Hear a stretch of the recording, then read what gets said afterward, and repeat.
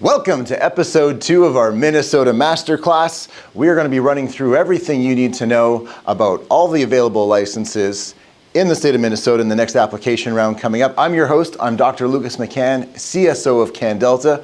We're America's #1 cannabis licensing firm.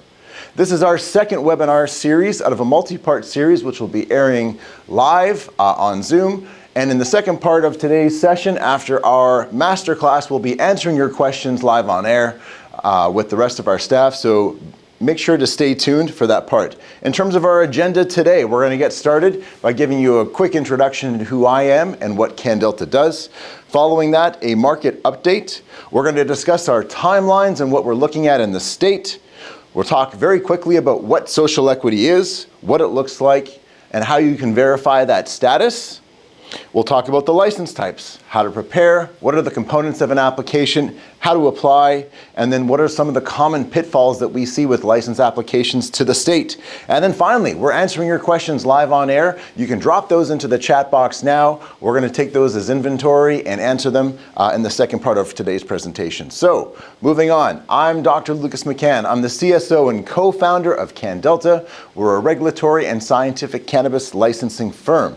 My background is that I worked for the federal government in controlled substances after I finished my PhD in medicinal organic chemistry, and I've been helping license holders for the last 7.5 years go through the process of starting a new business in a brand new industry. Our team helps to coach folks through that licensing process. So I've been working here as the Chief Science Officer at CannDelta. I specialize in laboratory setup, manufacturing, chemical analysis, lab testing, setting up an analytical lab. I've been interviewed in some media about my hot take on the industry, where it's going, how it's been rolling out. And my background and my strengths are typically around scientific, regulatory advice, business strategy, and helping to coach small business owners to become profitable and successful with their new business. I come from CannDelta.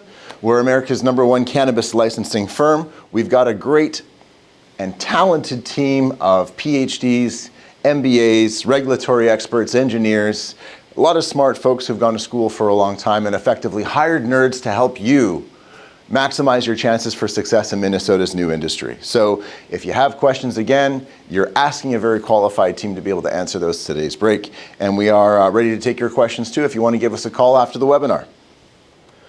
Over the last 7.5 years, we've become America's #1 cannabis licensing firm. We've helped launch over 300 businesses in multiple markets. This is not our first rodeo. We've been around since well before Minnesota's adult use legalization has occurred, and we've been coaching folks from anywhere from Germany to Australia and every other legal market in between. We ship medical cannabis around the world to various different markets. Our mission as a consulting firm is to help guide entrepreneurs through all of the regulatory hurdles that are involved when setting up their cannabis business, and guide them through the state's regulatory framework by providing them with expert guidance, strategic planning, and regulatory solutions to ensure success from licensing and operations and beyond. We've got a ton of free resources beyond this webinar that you can go and take a look at. Our website is chock full of accurate information about where the framework is as it currently stands. And on YouTube, we've got several specific videos to Minnesota licenses and frameworks available through Google search there. So after the webinar, if you're looking for more information, that's where you can get a ton more of the free resources.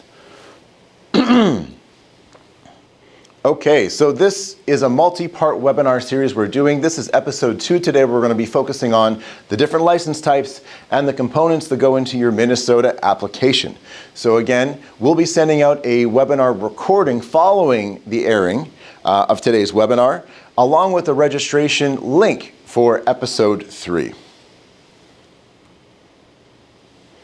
To give you a brief overview of Minnesota's cannabis industry, we'll start with legalization. Minnesota legalized adult use cannabis on May 30th of 2023. And going forward now in this new round, anyone who's applying for social equity verification must do so between January 15th and January 30th. The regulatory framework. So the Office of Cannabis Management oversees Minnesota's cannabis industry. They're the regulator. They're responsible for compliance and enforcement action. Okay, and the office was made in response to the legalization of adult use cannabis, and they are currently going to be accepting applications in February up until middle of March. With our economic projections, we're very excited and very bullish on Minnesota's industry, the way that it's been set up. We're expecting it to have a projected market share of somewhere around the order of about $1.5 billion by 2029, creating an estimated 40,000 jobs, upwards of that. And the current status now is that commercial sales in Minnesota are set to begin in early 25, is what the OCM has projected. I think realistically, probably late 2025 is going to be what we could really expect to see before doors begin to open and folks pass their final inspection. So just going through a very brief snapshot. So again, we saw legislation passed in May 2021. The Legalization and Regulation Act in July 2021 following that. The licensing and regulatory framework developed between January and July of 2022. And then January 2023, we had final rules and regulations for cannabis businesses and retail dispensaries. Okay. In terms of the market share, this is a corrected forecasted market size for Minnesota's industry based on some internal work that we've done here at CannDelta. We're expecting the medical cannabis market to stay relatively steady from 24 on to 25 and 26, right, in a value of somewhere about $150 million. With the recreational cannabis market with sales projected coming in, let's say mid to late 2025, that's going to give us a total sum of about $500 million in 25, $800 million in 26, and over $1 billion in 2027, capping out at around about $1.4 billion in 29 and 2030. So again, very exciting market for the size that Minnesota's population is, and a great opportunity for those that are looking to move into a new industry to be able to get into the ground floor, become one of the first business operators in the state, and capture as much of that market share as possible. For the application history, in 2024, Minnesota initiated a licensing process for social equity applicants. Now, the key timelines were as follows. So social equity verification occurred last year between June and July. And the license pre-approval window happened between July 24th and August 12th. So there were numbers of applications, and only a certain amount of those were actually designed to be awarded to those folks. So those numbers are up there in the box. But of the total number of applications that were submitted, over 1,800 applications, of those, 2/3 of those applications were rejected. And the large overwhelming majority were because the applications were incomplete. Now, Minnesota has one of the toughest cannabis applications in the country. We've worked in the country doing applications for 7.5 years, and Minnesota is one of the toughest. So much work is required at the tail end of the process. And we saw this reflected in the rejected applications. Most of them were incomplete. Some of these applications failed to complete the application process or didn't provide the necessary documentation, or the documentation that was provided was not sufficient to respond to the OCM's queries. There were multiple submissions where certain applicants were submitted that contained applicants who were on several applications, or there were instances where applications didn't disclose their true investors and their companies, which led to a disqualification. There were some legal challenges that followed because there wasn't a back and forth or request for more information process. Those applications were immediately disqualified on a pass-fail basis. And there was an alleged lack of transparency throughout the process, which leads us to where we're at today, which is an application window that is opening within the next month. Some key timelines that are very important to understand. Currently, we're in the middle of the social equity verification window. So what that is, we'll talk about in just a moment. But this is all leading up to an application window that opens up on February 18th. This is a very, very important date because this is the date where we ideally would like to have applications ready to go for submission on the 18th so that they can be first and that we can get through that process of just knowing that the applications are in, nothing else to worry about, right? That window remains open until March 14th. After that, no more applications will be accepted for this round. We don't know when this application window will open again, if at all. And then following that, somewhere between May and June, we're expecting that the lottery will be tentatively held somewhere in that timeline. So we mentioned social equity, which is the window that's open now until January 30th. So what is social equity and why is it important? So social equity is effectively allowing an early opportunity for those that are marginalized communities and folks who were disproportionately impacted by cannabis prohibition. It addresses historical injustice by recognizing that cannabis prohibition disproportionately affected certain communities, namely black and brown communities that were over-policed and had higher arrest rates, higher conviction rates for cannabis. This disrupted families. It created lost opportunities for economic advancement for particularly those communities relative to white communities. This also helps to promote diversity now in this new Minnesota market, in this cannabis industry, ensuring that the emerging cannabis market is as inclusive as possible. It's accessible for individuals from historically underrepresented and marginalized groups. And it prevents, to a large extent, market monopolization by giving local entrepreneurs a chance to compete against the larger, well-funded corporations. So that's what social equity is. How do you qualify? So largely we're looking at folks that fall into one of these criteria. And we went to great depths to explain these criteria and how you qualify in our last episode, episode 1. But folks who have had cannabis convictions prior to adult use legalization, veterans, including those who were dishonorably discharged for cannabis. There is residency-based criteria, and we circulated a map from the OCM that qualifies whether folks would fall under that category and what is acceptable forms of proof of residency, and the farmers group as well. So again, that social verification window ends soon. So January 30th, 2025 is when that window closes. And why that's important is because for those who are looking to participate in many of the different license types in which the total number of licenses is capped, those who qualify for social equity will be admitted into a special lottery. And those who, again, might not win a license in that first round, provided they are social equity verified, will be automatically entered into the second lottery, thereby doubling their chances of winning one of the few licenses for many license types in the state. All right, so without the verification, even if you qualify as social equity, there's no priority. That window again closes January 30th. And if you're unsure if you qualify, you can contact our office. We'd be happy to work through the verification process with you. All right. So we'll skip over the eligibility process and jump right into the licenses that are available in this lottery round. So we'll start with the microbusiness. The cannabis microbusiness is one that is extremely popular. We're very excited about this one in particular. It allows for licensed businesses to engage in any combination of activities. So anything from cultivation to manufacturing to distribution to wholesale to retail dispensary operations. From a holistic view, it is the vertically integrated license type. You can do all these activities, or you can do one of those activities or somewhere in between. Most notably, cultivation is not a requirement for opening a cannabis dispensary. So in some states, a microbusiness is associated with having cultivation and retail sales. That's not the case here. Microbusinesses are not distributed through a lottery system, and there is no cap on the number of licenses available for the microbusinesses, making them one of the most accessible and robust license types for entrepreneurs.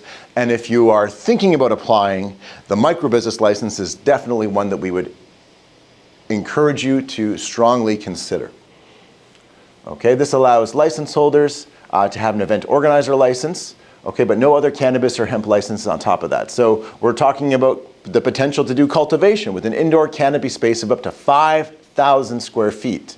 That's indoors or half an acre outdoors, open up to one retail dispensary, and manufacture up to 3,000 pounds of cannabis biomass, that's dried biomass, annually. So a very robust license type. To build on that, we have the Mezzo business license.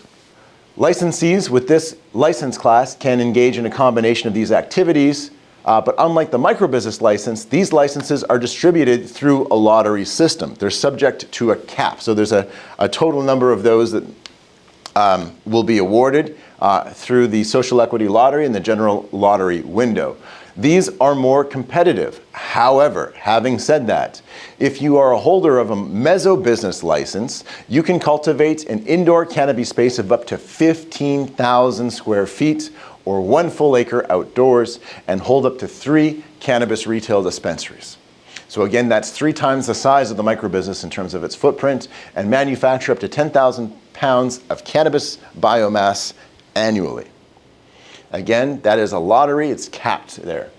Other important activities that can be, that fall under both the micro and meso business activities include the cultivation, the retail, transport, packaging, extraction, and working with concentrates, edible manufacturing, wholesale, on-site consumption, also medical cultivation, medical retail, medical processing, medical wholesaler, medical packaging, again, handling of edible cannabinoids, product manufacturing beyond edibles, and hemp-derived product manufacturing. So again, a completely vertically integrated license type between the 2 different types of sales which will occur. The medical and the adult use are possible with the micro and the meso business. The cultivator license. Very few licenses will exist for the cultivator license. So again, this will, folks who are looking to win a cultivator license will be participating in the lottery.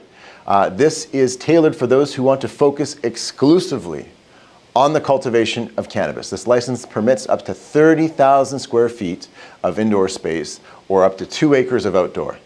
Now, with Minnesota's climate, one important consideration is that there will be effectively 1 harvest a year with an outdoor cultivation facility, as environmental control effectively doesn't exist for outdoor, and with the climate and the fact that the photo period of the sun sort of controls what stage the cannabis plant is in, that's going to be 1 harvest a year. So, ensuring that if we're cultivating up to 2 acres of outdoor space, ensuring that there are some plans in place for things like controlling from devastating events from weather. So a little bit of a risk on the outdoor side there, but from the indoor side, again, 30,000 square feet of indoor space is permitted with this license type.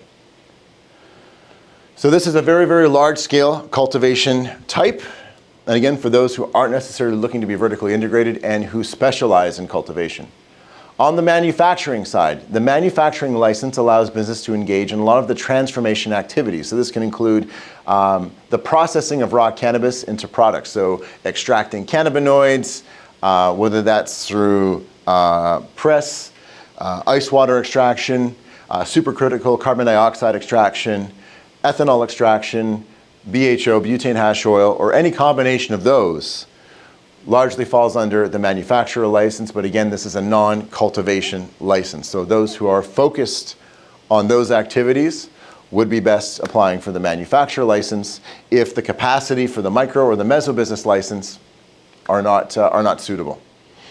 So again, products that would leave a manufacturer's facility would include edibles, concentrates, waxes, hash, vape, other oils, tinctures, topicals, edible products, confectionaries, baked goods, and many others as well that I haven't mentioned.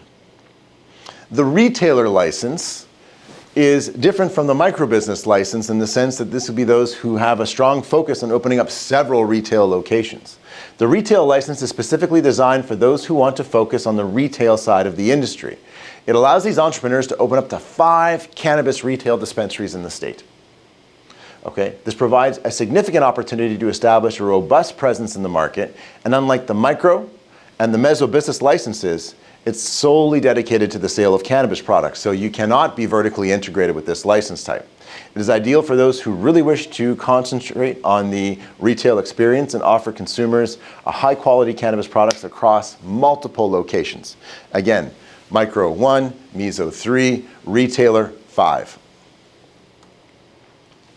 The wholesaler license authorizes a business to purchase cannabis and cannabis products from licensed microbusinesses, mesobusinesses, cultivators, and manufacturers, and sell these products to licensed retailers.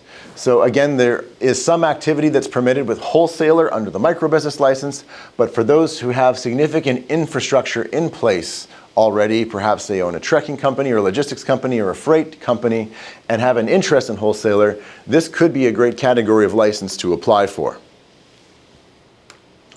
The transporter license allows someone who holds this license to transport cannabis plants, cannabis products, artificially derived cannabinoids, hemp items, and hemp-derived products between various cannabis and hemp businesses, including cultivators, manufacturers, wholesalers, retailers, testing facilities, and all transportation of items previously mentioned needs to be done in a safe, secured storage as part of a motorized vehicle or in a locked storage and container.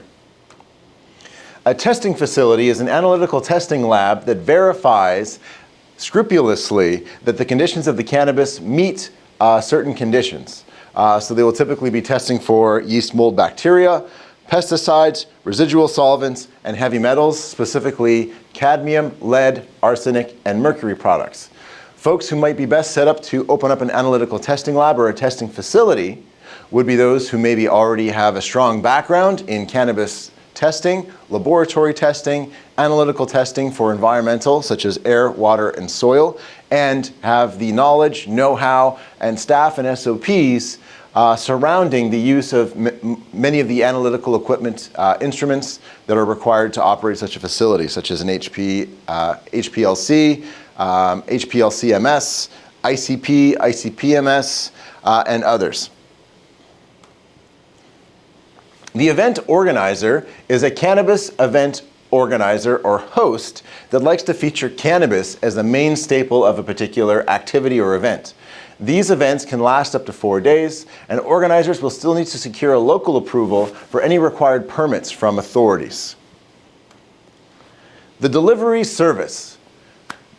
So the delivery service is effectively a B2C or delivery of cannabis and cannabis products which have been purchased from a microbusiness, mesobusiness, or retail business for the purpose of delivery. And again, they are taking it from a licensed facility directly to the consumer, similar to a pizza delivery driver. In terms of all of these different license types that we've described, the fees can range anywhere from $500 to $10,000. The cannabis microbusiness has an application fee of $500. The meso, $5,000 application fee. The cannabis cultivator and manufacturer, $10,000 application fee. The retailer, with 5 locations as we mentioned, is $2,500. The wholesaler, $5,000, and the transporter, $250,000. Testing facility is $10,000. The event organizer is $750. Delivery service is $250, and the lower potency hemp edible manufacturer is $250. On top of that, there'll be the initial licensing fee. For the microbusiness, it is nil. And for the mesobusiness, $5,000, and for the cultivator, $20,000, which is the highest of all the licensing fees. And then those renewal fees will also apply. For the microbusiness, it's $2,000, the meso $10,000, the cultivator $30,000, and the manufacturer $20,000. So there are 3 ways to start a cannabis retail dispensary based on the license types that we've described. This is typically the easiest way to enter the market for those who are curious about entering the cannabis industry with no previous experience. That would include the microbusiness, which allows for 1 location, an application fee of $500 with no licensing fees.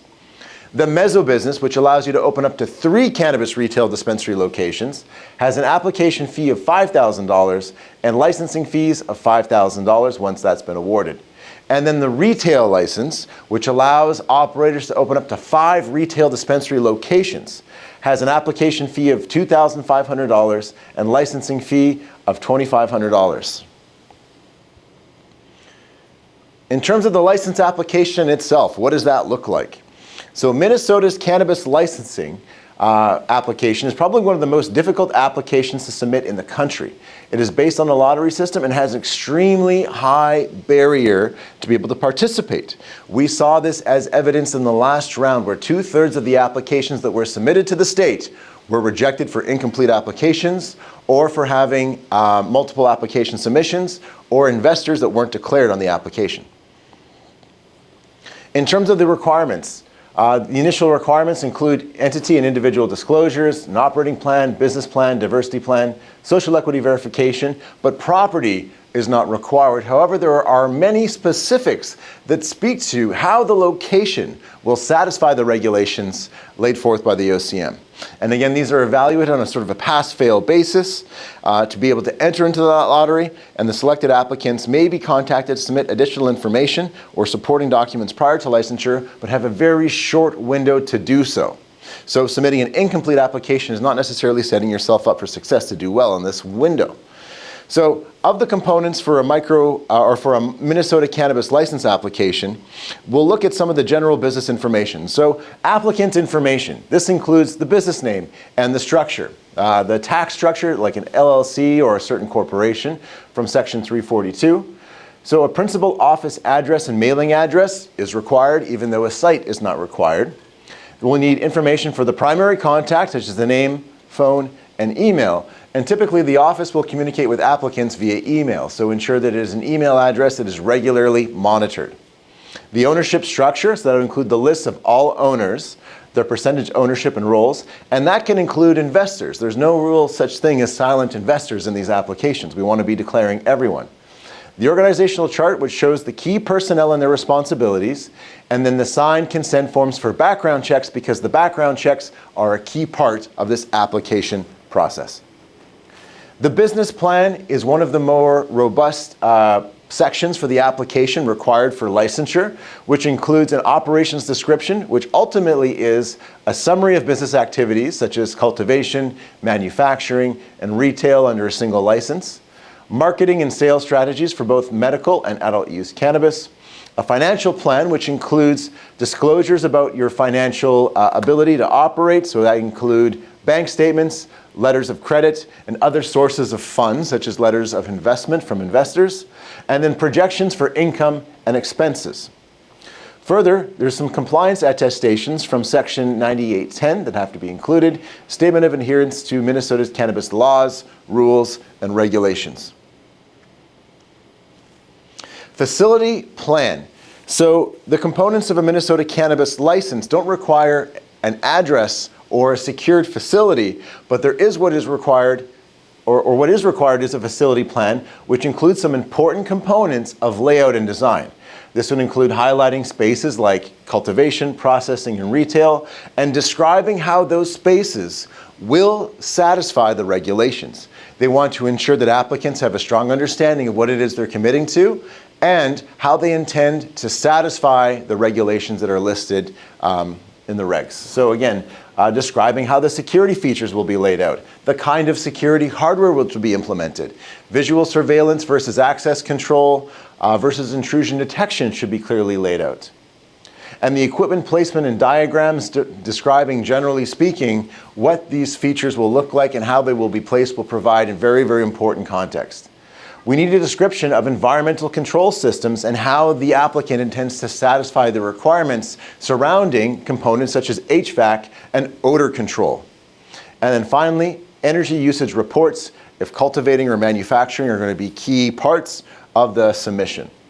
For operating plans, standard operating procedures are a key component of the submissions as laid out in Section 9810.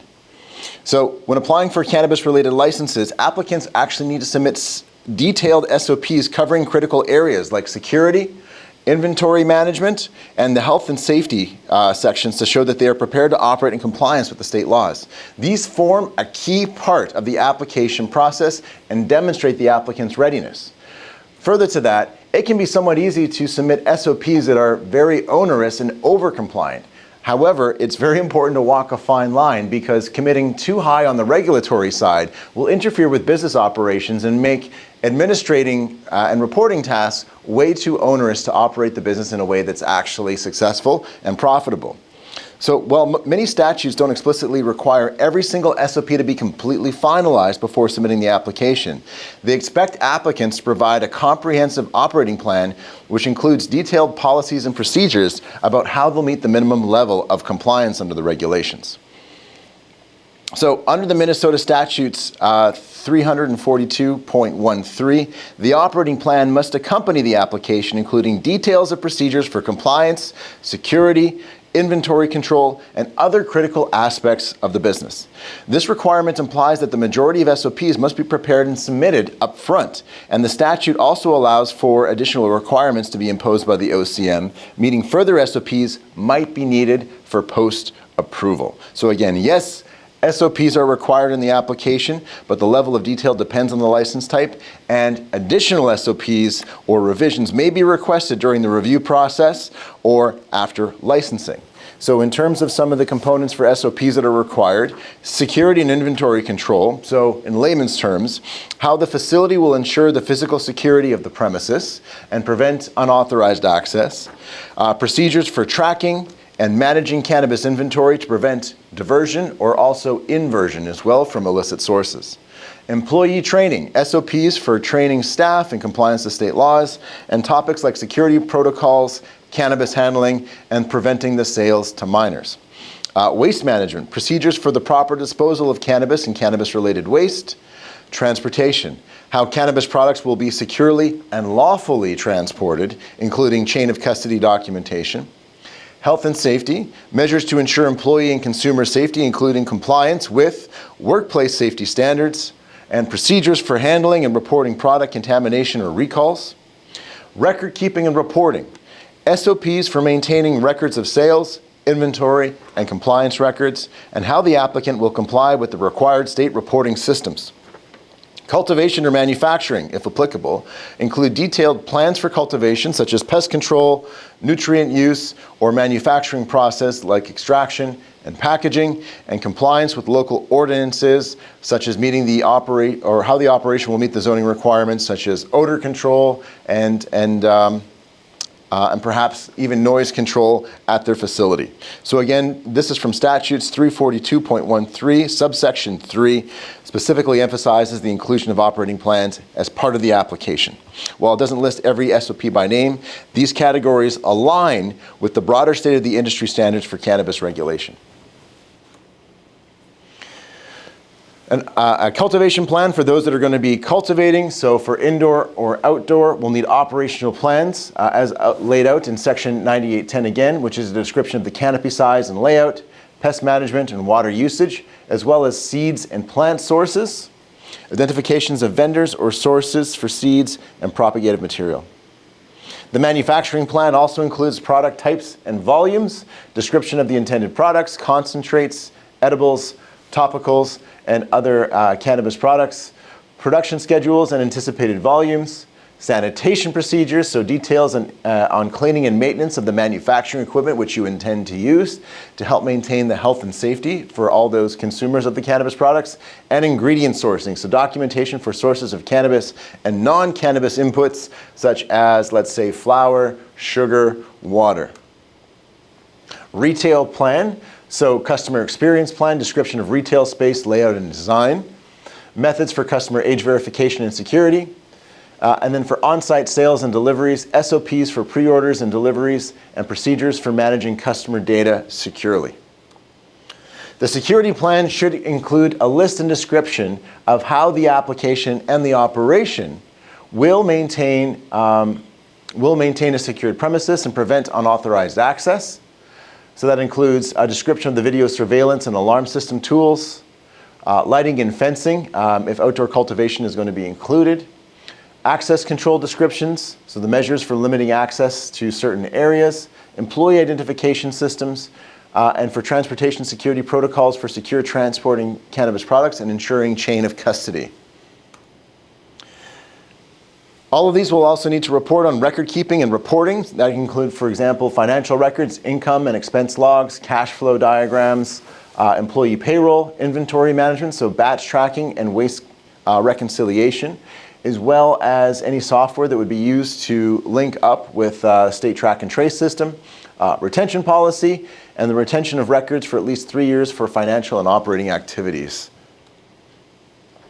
Community engagement and social equity and community impact plans, so plans to engage local communities. Compliance declarations, certification of adherence to Chapter 342 and all related administrative rules.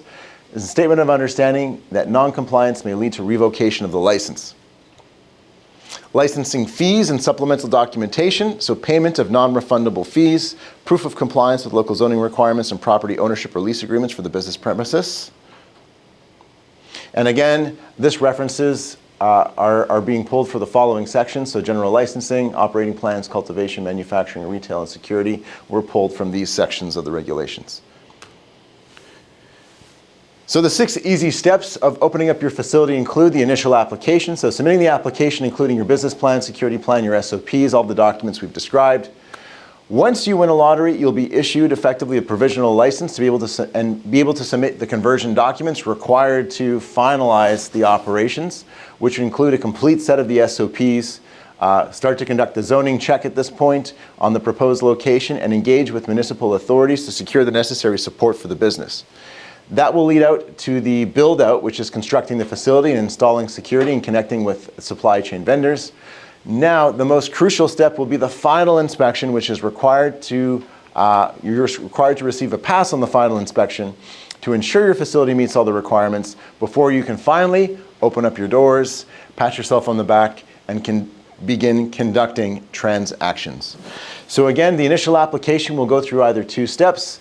So for those applying for the micro business, the wholesaler, transporter, or event organizer and delivery service, provided their application is complete, we'll go on to receiving a conditional license because those license types, again, are uncapped. And those submitting for the meso business, the cultivator, manufacturer, and retail license will be entered into, 1, a social equity lottery. And for those not successful in the social equity lottery, will automatically be entered into the general lottery. Once those folks win the lottery and are issued a license, they'll go down the conditional pathway, be able to submit documents, build out, pass their final inspection, and begin opening up their doors. So very exhaustive list for all the components that are required. Again, if you have any questions about this process, anything you're unsure about, you can feel free to reach out to us. Our phone number's here, our email address is here. Please get in contact with us. And we'll take a short break before we go on to our question and answer period, which we'll be answering live. So thanks for dropping those into the chat. We'll take a short break. We'll be back right after this.